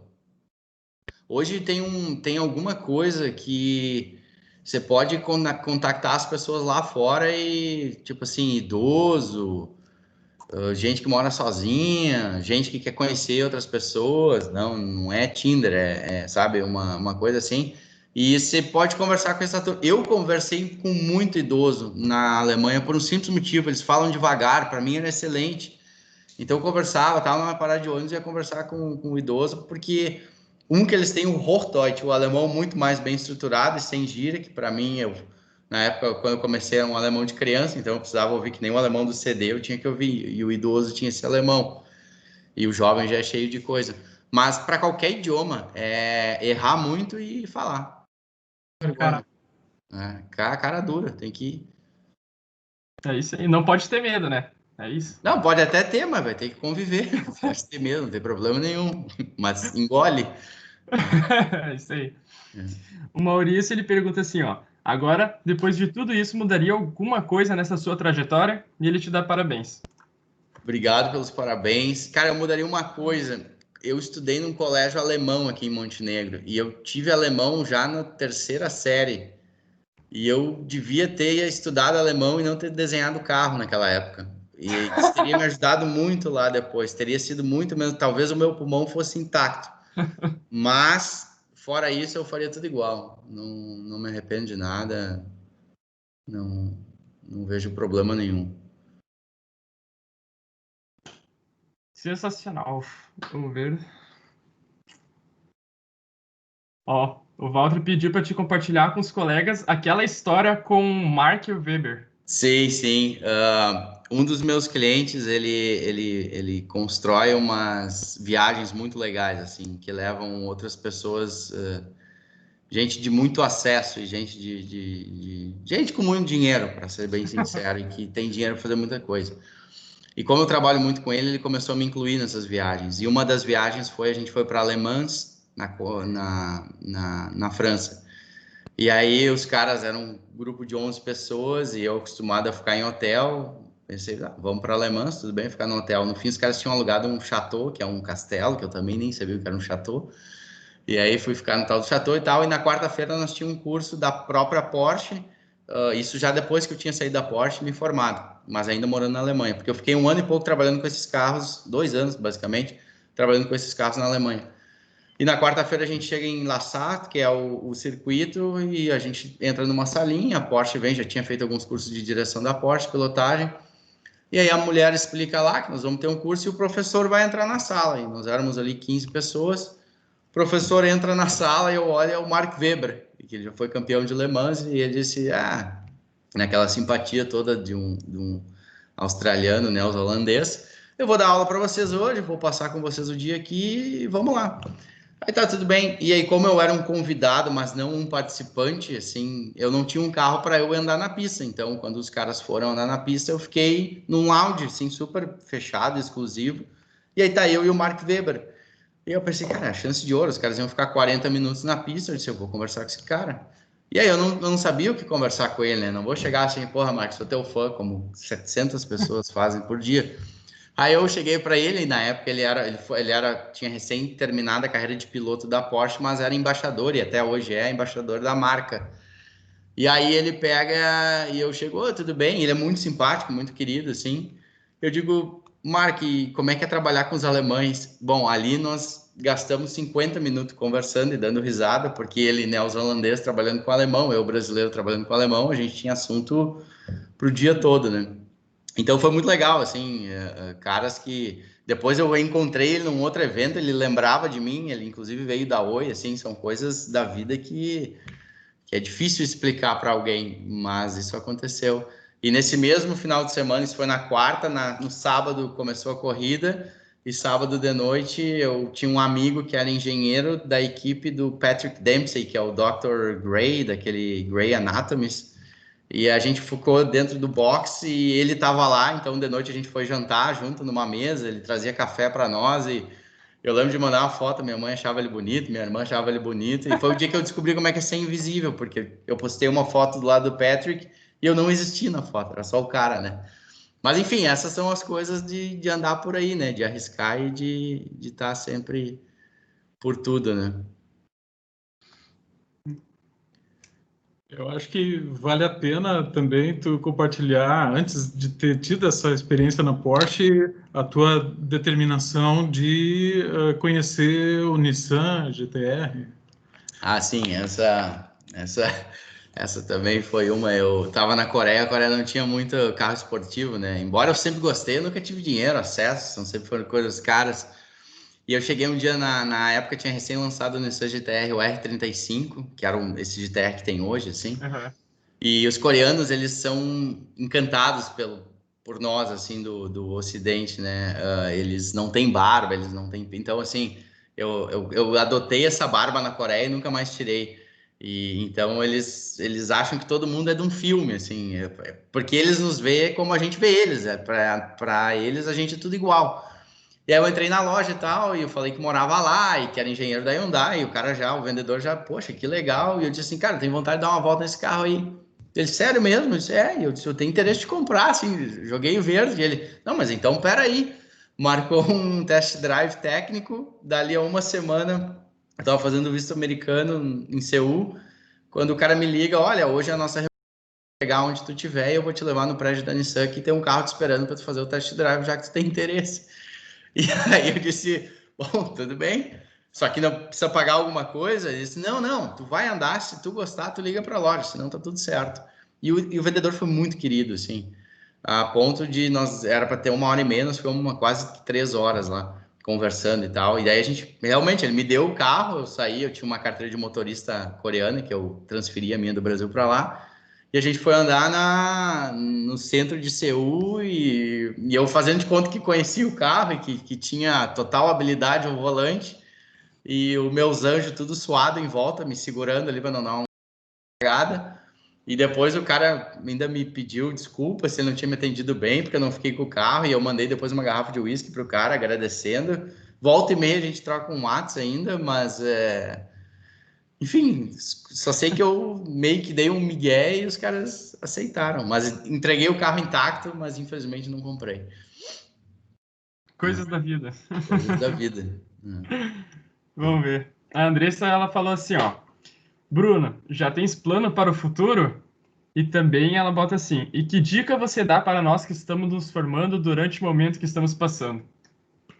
Olha, Andressa, eu vou dizer assim, plano para o futuro é estar vivo, o importante é estar aí. Já que eu tive um encontro quase com a finitude, hoje eu não espero mais muito, assim, se vai ter uma coisa legal, vamos fazer logo, se comprar uma roupa legal, já quero usar logo, se tem opção para viajar para um lugar, vamos viajar logo, porque eu não tenho mais não acho que eu vou morrer toda hora, não é isso, mas eu não vejo mais muito porque a gente esperar tanto, né? Então, hoje meus planos de futuro são não tão longos, mais sólidos, mas não tão longos, né? Eu quero continuar viajando, eu quero continuar sempre em volta disso, com os carros, mas um dia eu queria ter, de alguma forma, uma maneira de ajudar como me ajudaram, assim, dessas bolsas, de levar a gente para fora. Isso é uma coisa, assim, que eu tenho esse momento, essa ideia. Não sei se é bem isso que ela queria saber, mas profissionalmente a minha vida é uma montanha-russa. No lugar que eu trabalho, o cara me liga, já aconteceu do cara me ligar de manhã para de tarde pegar um voo para São Paulo para resolver de um carro que está empenhado lá. Então já deu isso também. Então não tenho assim tanto plano também. Mas é estar vivo e ter um retorno do que eu faço. E sobre o momento, poxa, eu quando entrei na Unicinos, eu lembro no segundo semestre receber ligação da Ambev para ir para processo seletivo, porque engenharia era nós ia ficar rico, assim, a perspectiva era que, meu Deus, não ia ter como dar errado. Em 2008, estava tudo bombando, o Brasil era um foguete. Pensei, estourei, agora eu vou ser engenheiro, eu vou contar dinheiro, vai ser o trabalho do dia. Não foi bem assim. Quando eu me formei, estava tudo já muito ruim, a economia já estava. Na verdade, não sei se estava, eu acho que é como sempre foi, na verdade. Mas os momentos ruins vão passar. Agora, você é senhor do destino, você pode de alguma maneira influenciar. Então, fé que as coisas vão passar e continua para. Não desiste assim. Hoje é ruim, amanhã é uma oportunidade. Não adianta se estressar muito. Como vier as coisas tem que lidar. Não tem muito. Passa por isso, passa com saúde, evita o estresse e o resto dá jeito. Isso... Tendo saúde, o resto a gente corre atrás, né? exatamente. Isso é muito verdade. Eu achava que era coisa de mãe, mas isso é verdade. É também, mas é. É os dois. Eu acho que então acabou as perguntas do pessoal. Não sei se tem mais alguma dúvida.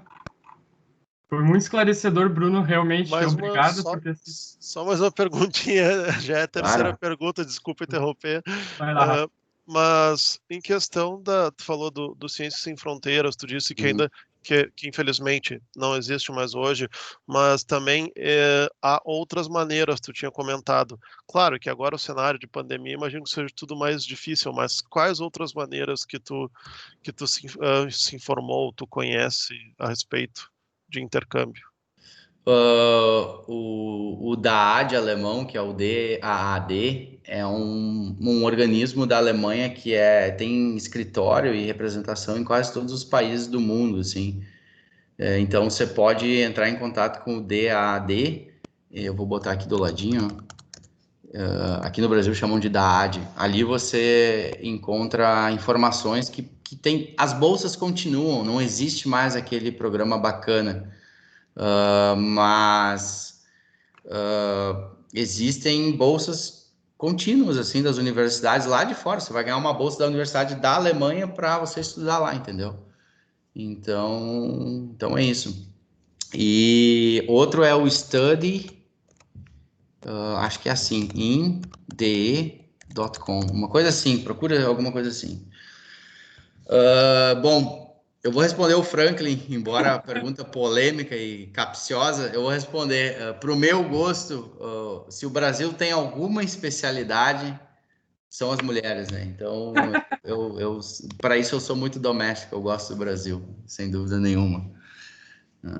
Como diz o meu pai, como tu é alemão, os europeus sempre gostaram das ilhas, pode ser. Mas com todo respeito, né? Brincadeira. Mas é isso. Mais alguma coisa, pessoal? Vamos ver. O Walter botou sobre a ótima de engenharia. Qual dos veículos que tiveste contato tem a característica mais interessante ou curiosa? Seus... Putz...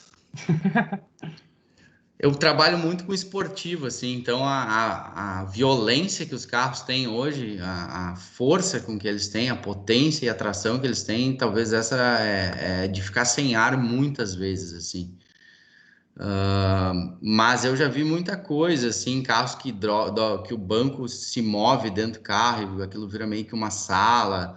A BM tinha um negócio muito curioso. A BM é muito inventiva, assim. Que você controlava o ar com as mãos, assim, o rádio com as mãos. Então, em Munique, você via as pessoas fazendo um gesto curioso, parecia um mago andando dentro do carro. Então, é meio curioso, assim, nem tudo dá certo, muita coisa dá errado naquela brincadeira ali, entendeu? Eu agradeço o pessoal que está elogiando aí e volto a dizer, eu botei ali minha questão do Instagram, porque eu acho que a maioria tem, é mais fácil de acessar. Se você tiver qualquer outra dúvida, em qualquer outro dia, eu não privo ninguém e eu acho que é um dever meu esclarecer essas coisas e incentivar, porque quanto mais gente for, melhor isso aqui vai ficar. Quanto mais gente entender por que lá fora funciona, mais fácil a gente replica aqui. Porque às vezes eu falando, as pessoas não vão nem entender, não vão nem acreditar, porque você só conhece uma ótica, né? Então tem que ir, tem que ver outras coisas, tem que ser curioso, tem que... Poxa, na Alemanha eu comi cachorro, comi polvo, nunca queria, mas era porque os caras faziam questão. Na Alemanha não, desculpa, na Coreia.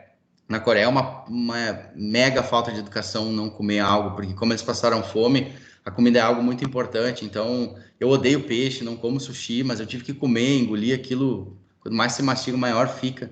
Eu sou muito sincero para dizer, gostei, não, gastronomicamente foi terrível, mas me virei, aguentei 1 ano. Tudo dá jeito, cara. A morte não dá para dar jeito, mas o resto dá para dar jeito em tudo. E eu, assim, apesar de já ter vivido em lugares, assim, entre aspas, com condição muito melhor, eu sou muito animado aqui. Eu ainda acho que o Brasil é um puta lugar. Eu poderia ter ficado na Alemanha. Hoje eu tenho cidadania, tenho conta no banco, tenho celular lá.